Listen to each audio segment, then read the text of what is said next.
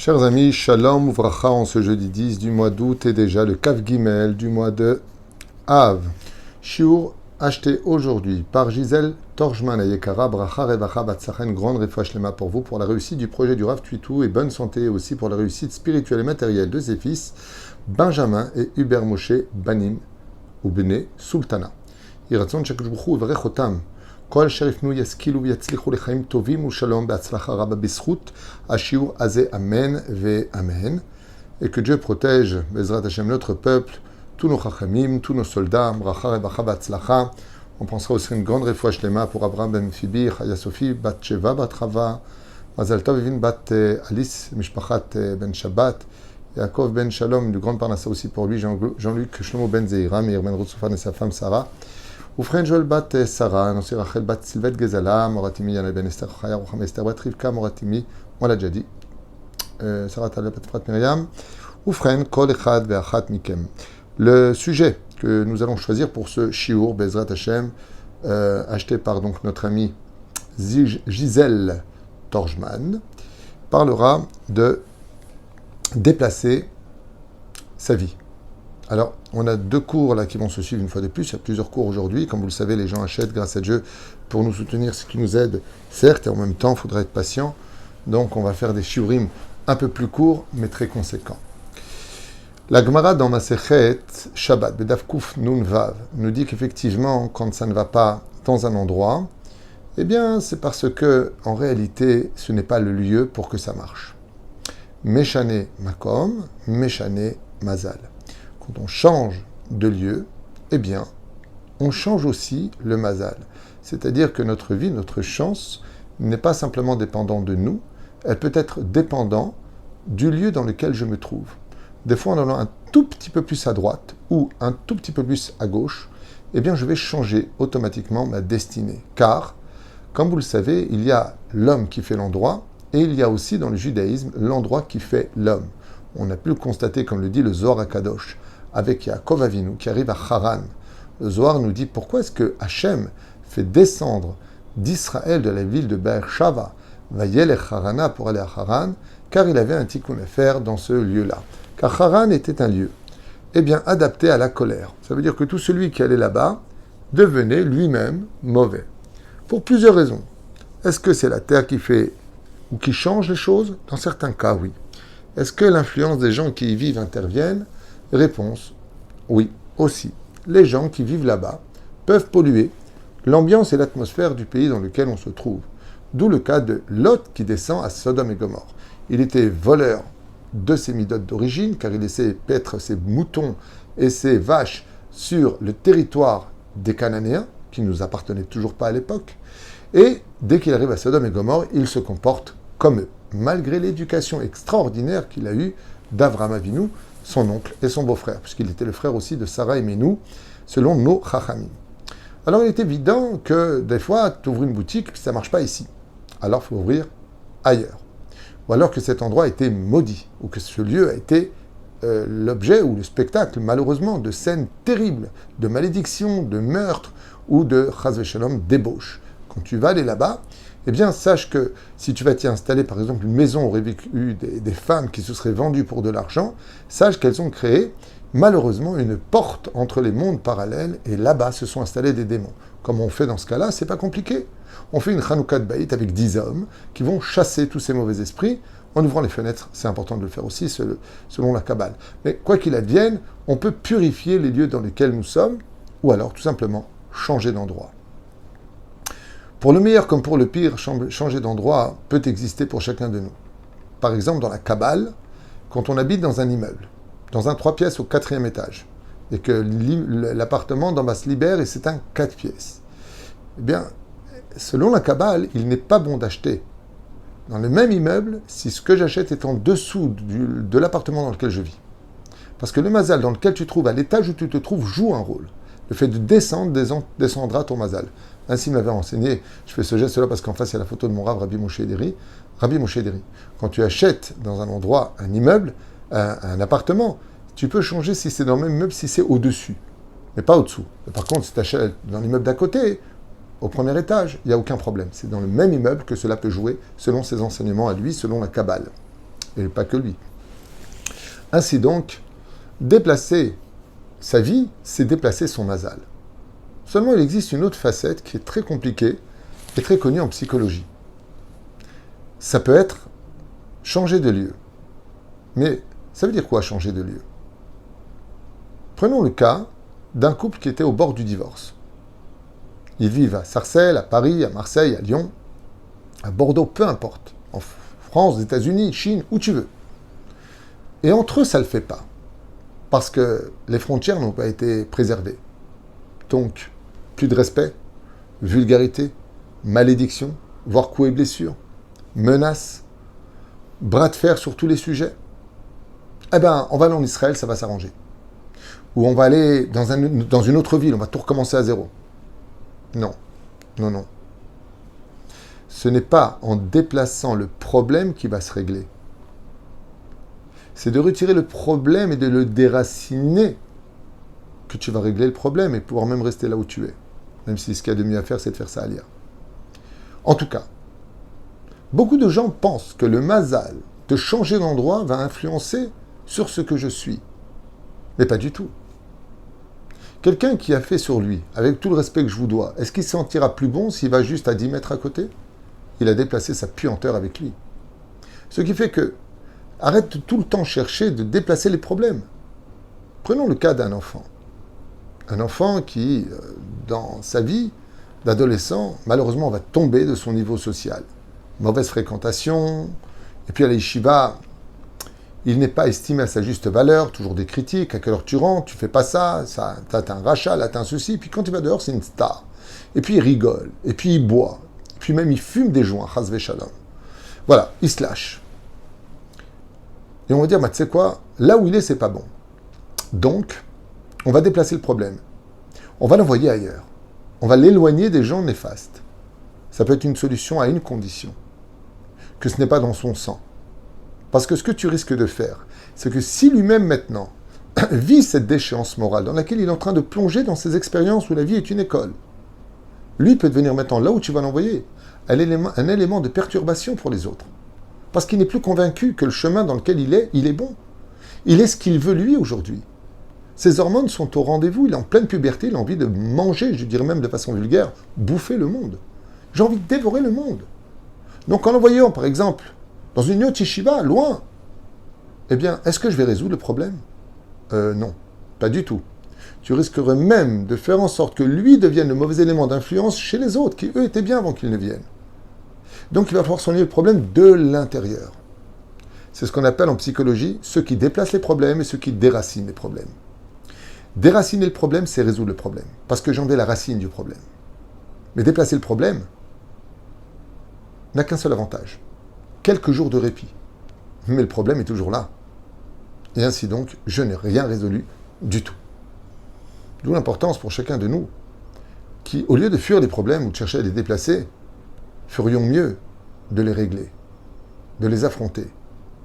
Dans le cas d'un enfant qui, malheureusement, tomberait de son niveau spirituel, alors que son père est rave, que il a été élevé dans les chivotes.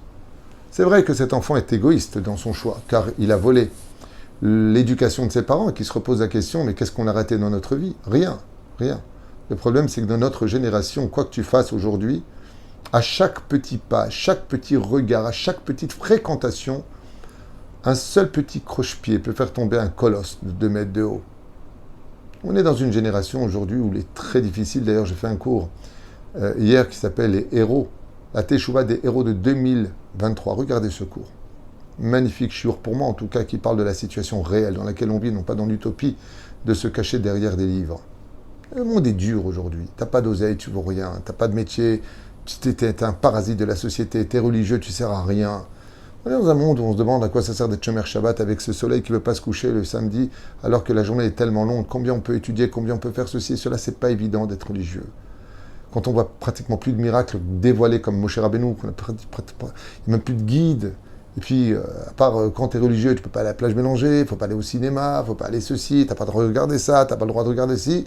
Tout ça pourquoi? Parce que ce qui paraît, quand tu meurs dans la tombe, et que tu es en train de te faire dévorer par les vers, tu as un super salaire dans une lumière éternelle où Dieu va te dire Chazak ou Baruch. Moi qui fais, j'ai envie de vivre, la tchouva un jour viendra, je suis jeune. C'est pas évident d'être jeune. Vous savez, je dis souvent aux parents, soyez pas trop durs avec votre jeunesse, parce que si vous aviez 16 ans dans notre génération d'aujourd'hui, je suis pas sûr que vous seriez si religieux que cela. Nous, on a vécu une époque où un rabbin était respecté. Aujourd'hui, un rabbin, on le traite de voleur avant même de le connaître. On l'insulte avant même de parler avec lui. Donc, c'est pas évident d'être pieux aujourd'hui. Je pense que c'est plus une génération qui a besoin d'être compris que d'être jugé. Et même si c'est dur pour nous, eh bien, sachez une chose, comme je le dis souvent aux parents, qui me disent « Ouais, mais moi, mes enfants, ils sont tombés du chemin. » Je dis hey, « Qui tu es, toi, pour avoir des enfants sur le droit chemin ?» Pose-toi un peu la question. C'est un grand mérite d'avoir des enfants dans la Torah. C'est-à-dire que toi, tu mérites que Moshe Rabbeinu, ces deux enfants ont quitté la Torah, selon la tradition, et certains commentateurs, pas tous, mais en tout cas, Yochanan, son petit-fils, a été le premier à être prêtre d'Avodah Zarah en Eretz Israël. Le premier. Après, les Chazal, ils disent c'était pour l'argent, c'était pour l'hérédité, ce que tu veux. Mais qui on est nous pour dire une telle chose? Je mérite d'avoir. C'est pas ton éducation qui est au rendez-vous, pas au rendez-vous dans cette génération. Quoi qu'on fasse aujourd'hui, on n'a aucune garantie pour chacun de nous. C'est évident. Mais il y a une chose de sûre. C'est que cette génération-là, nos enfants ont besoin d'être aidés. Ne les envoie pas ailleurs. Parce que le cocon familial est une nécessité pour eux. Ça comprend des risques. Parce que ton enfant qui quitte le chemin de la Torah, quand il rentre à la maison, il incite les autres à le suivre. C'est pour ça qu'il y a des règles à bien placer à la maison, sur lesquelles il doit se sentir concerné, car les parents n'ont pas le droit de construire une mitzvah sur le dos d'une avéra. Mais ce n'est pas en déplaçant le problème que je vais le résoudre. C'est pas parce que je dis à mon fils maintenant ou à ma fille, écoute, va vivre dans une autre ville. La vie est une école. Mais quand la base est bonne, nos enfants reviennent, avec le temps, à la bonne base. Il faut juste prier qu'ils aient le mérite de rencontrer une personne qui est de la crainte du ciel et pratiquant. Parce qu'ils peuvent encore plus. Comme je le dis, la vie, c'est comme un escalier. Le problème, c'est est-ce que tu montes ou tu descends. C'est vrai qu'on peut monter, mais on peut aussi descendre. La pire des choses qui puisse nous prendre notre enfant de son éducation et de sa base qui était si importante, c'est si malheureusement, c'est une mauvaise femme ou un mauvais garçon qui le mène vers le mauvais chemin. Là, il suivra, puisqu'il était dans le doute vis-à-vis de lui-même. Et la reine est impératif d'imposer un dialogue. Non pas un monologue, mais un dialogue. Un dialogue dans lequel, quand on a des problèmes, on essaie de les résoudre. On essaie de les comprendre. On essaie de couper la poire en deux. Prenons le cas du Bachour qui a 16-17 ans, qui veut quitter la yeshiva. Ok. Quitter la yeshiva, je comprends. C'est peut-être pas ce que tu as envie d'être plus tard, Bachour yeshiva, Avrer, peut-être. Mais ne quitte pas la Torah pour autant. Il y a une différence entre dire « je ne veux plus être un homme avec un chapeau et une barbe », Allah, et dire ressembler à un chiloni, ou un homme qui n'est pas juif. Je me fais des tatouages, j'ai plus de kippa, j'ai plus de tzitzit. Non. Tu peux être aussi un homme à l'image de Zevouloun. Alors apprends un métier. Garde ta kippa. N'oublie pas que tu as rendez-vous 3 fois par jour avec Hachem. C'est la paracha de la semaine. Ré, natati lifnechem bracha uklala. Les maîtres fais un compli. Chaque fois que tu rencontreras une fille pour passer un moment avec elle dans le lit, tu vas le payer extrêmement cher. Réfléchis bien à ce que tu fais. Et est-ce que tu aimerais que si tu étais le père de cette fille, un voyou vienne l'emmener dans le lit pour lui voler sa virginité? Est-ce que tu penses à cette fille qui, elle, t'a fait confiance, qui, elle, pensait que tu étais sincère? Et si tu vas avec une non-juive, est-ce que tu es conscient des résultats de ce que la Torah te met en garde, où 24 000 hommes sont morts à la fin de la paracha de Balak? Et si tu n'y crois pas, alors lève les yeux et regarde l'humanité. Qui a laissé un nom sur terre si ce n'est pas nos tzadikim? Qui sont les garants de notre spiritualité si ce ne sont pas nos rabbanim? Qui fait l'histoire? De quel nom juif tu te rappelles qui a vécu il y a plus de 200 ans en arrière, et ce depuis la création du monde? Moshe, David, Rabbi Shimon, Rabbi Akiva, Rabbi Eliezer? Qui? Tu n'y trouveras que des gens qui se sont attachés à la Torah. Regarde avec tes propres yeux l'histoire. Elle n'a de souvenir que pour celui qui était dans la Torah. J'ai mis devant toi la bénédiction, la malédiction, et je te conseille, je te dis Hachem, ton libre arbitre, je te le laisse. Mais si tu tombes, n'oublie pas un détail, ne fais pas tomber d'abord d'autres gens avec toi. Ne blesse pas tes parents, à qui tu dois tout. Quant à toi, n'oublie pas une chose, Imen ani imli mili. Tu as le droit de dire, je ne suis pas fait pour ce chemin-là de la Torah, parce qu'il y a plusieurs façons d'être juif. Mais donne toujours rendez-vous avec des emplacements qui t'attendent. À la synagogue, tu as ta place. Et n'oublie pas aussi qu'après la mort, tu auras ta place au Gehinam. C'est dur à entendre, Mais la vie est à prendre au sérieux. Dieu ne t'a pas créé pour aller jouer et sauter à la corde toute la journée. Tu as un engagement dans lequel tu t'es, Bezrat Hashem, promis d'être. Elokai neshama shenatata bi teora. Tous les matins, tu dis, la neshama que tu as donnée, elle est pure. Alors si tu le dis, pourquoi tu la salis? Réveille-toi. Et ne crois pas qu'ailleurs, l'herbe est toujours plus verte. Celui qui vous parle est un homme, comme vous le savez tous. Je ne le cache pas, non pas que je m'en vante, chas v'shalom, je regrette ce que j'ai vécu dans mon passé. Mais je peux vous affirmer une chose. Moi qui ai tout vécu avant d'avoir fait tchouva, vraiment tout vécu, que ce soit les boîtes de nuit, les restaurants les plus... Shem Shmor Virachem, que ce soit les casinos, les voyages, les filles. On a tout connu avant d'avoir fait tchouva. Nous, allez, qu'est-ce qu'il me reste de ça? À part de pleurer à chaque kippour où je repense à tout ça et je demande pardon à Dieu. Qu'est-ce que j'ai vécu de ça? Qu'est-ce qui me reste de ça? Allez, parlons tachles. Je me suis régalé, c'était génial. Vas-y, quoi? Raconte-moi. À moi, tu ne peux pas me le faire. Parce que tout ce que un garçon ou une fille rêverait de vivre dehors dans cette génération, on l'a vécu aussi.